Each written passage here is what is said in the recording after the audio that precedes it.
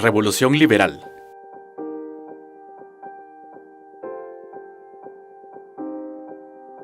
A mediados de 1871, Justo Rufino Barrios, junto a Miguel García Granados y otros generales y disidentes, organizó una revolución para derrocar al gobierno conservador del mariscal Vicente Serna.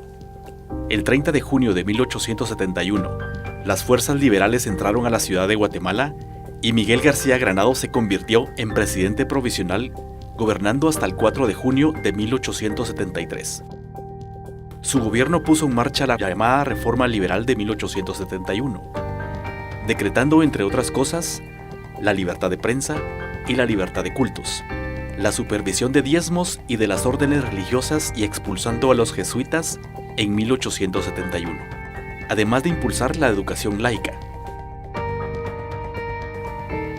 Secularización, Estado y educación. Separación definitiva de la Iglesia y del Estado. Procedió a expropiar a las órdenes regulares sus vastas propiedades, siguiendo el ejemplo de la expropiación hecha por el general hondureño Francisco Morazán en 1829. Supresión de diezmos y primicias obligatorios. Extinción de las cofradías. Instauración del matrimonio civil. Secularización de cementerios. Creación del registro civil. Instauración de la enseñanza laica en todos los colegios de la República. Instauración de la escuela primaria gratuita y obligatoria. Reorganización de la universidad para eliminar los cursos de teología. Decreto 170. El Decreto 170, o Decreto de Redención de Censos, facilitó la expropiación de las tierras a los indígenas en favor de los oficiales y de las personas alemanas en las Verapaces, al propiciar la venta en pública subasta de las tierras comunales. El decreto establecía lo siguiente para los indígenas: quedaron obligados a trabajar en las fincas cuando los dueños de estas lo necesitaran y sin importar en dónde se encontraran. Quedaron bajo la tutela de las autoridades locales, quienes se encargaban de velar porque los contingentes de indígenas fueran enviados a las fincas. Quedaron sujetos a la habilitación, paga forzada anticipada, endeudadora del trabajador y justificadora de su envío a las fincas y de su retención en ellas. Creación del libreto de jornaleros, documento probatorio de la solvencia del trabajador frente a su patrono, y sin la cual el trabajador estaba sujeto al rigos de la autoridad y de los dueños de las fincas. Economía. La política económica impulsada por Barrios fue la creación del capitalismo en la agricultura del país.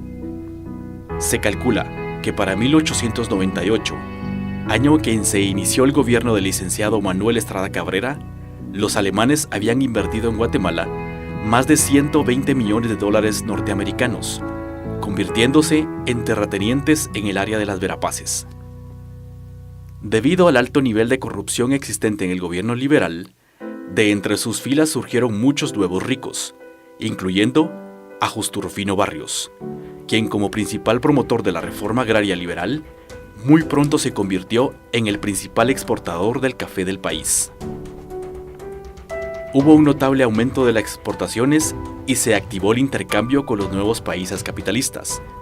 Tanto los antiguos conservadores aristócratas como los nuevos terratenientes cafetaleros se vieron beneficiados con estas medidas. Ahora bien, sí hubo un terrateniente conservador que fue atacado y despojado de sus privilegios que habían gozado, y este fue la Iglesia Católica. Los liberales cafetaleros se vieron obligados a atacar a la Iglesia por el poder que ésta tenía y por la fuerte oposición que hacía a compartir el poder con los liberales. Tratado Herrera Mariscal y José María Orantes. Tras la guerra entre México y Estados Unidos en la década de 1840, la potencia latinoamericana terminó perdiendo 2,5 millones de kilómetros por el Tratado de Guadalupe Hidalgo de su frontera norte. México invadió militarmente el área de Soconusco el 12 de septiembre de 1842. Guatemala, siendo muy débil para presentar una respuesta militar, solo se limitó a enviar una protesta a todos los países con lo que se tenía establecidas relaciones diplomáticas, el 17 de noviembre de 1842, en el que se denunciaba la ocupación militar de México en Chiapas y Soconusco. Justo Rufino Barrios hizo el arreglo de límites entre Guatemala y México en 1882. Precipitó la solución de diferendo en el que Guatemala acabó cediendo todas sus posiciones en beneficio de la política particular del general Barrios de eliminar los obstáculos que se opusieran en su proyecto de unión centroamericana.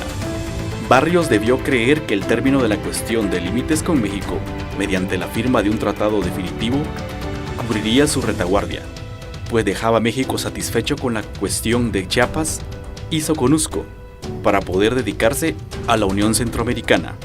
Guerra para la reunificación centroamericana.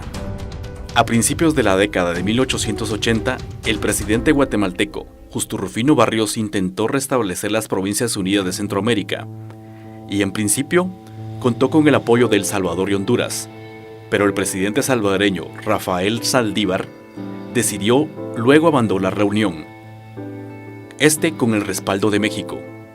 El presidente mexicano, Porfirio Díaz, temía las reformas liberales de Barrios y la competencia del Estado fuerte en América Central, en donde el plan de Barrios había dado sus frutos. También los Estados Unidos se opusieron a la unión. Barrios emprendió una campaña militar para restablecer por la fuerza la unidad centroamericana. Primero, obligó a renunciar como presidente de la República de Honduras a su antiguo aliado y ministro de Relaciones Exteriores, Marco Aurelio Soto, en mayo de 1883. Luego, obtuvo el respaldo del nuevo presidente de Honduras, Luis Bográn, pero Costa Rica, El Salvador y Nicaragua se aliaron para oponerse a las pretensiones de Barrios. Para poner en práctica sus planes, Barrios invadió El Salvador en marzo de 1885, mientras tropas de Costa Rica y Nicaragua se aprestaban a enfrentarse con él en Honduras. Sin embargo, la intentona de Barrios terminó súbitamente, ya que el presidente guatemalteco murió en la batalla de Chalchuapa. Esto poco después de que sus tropas invadieran territorio salvadoreño.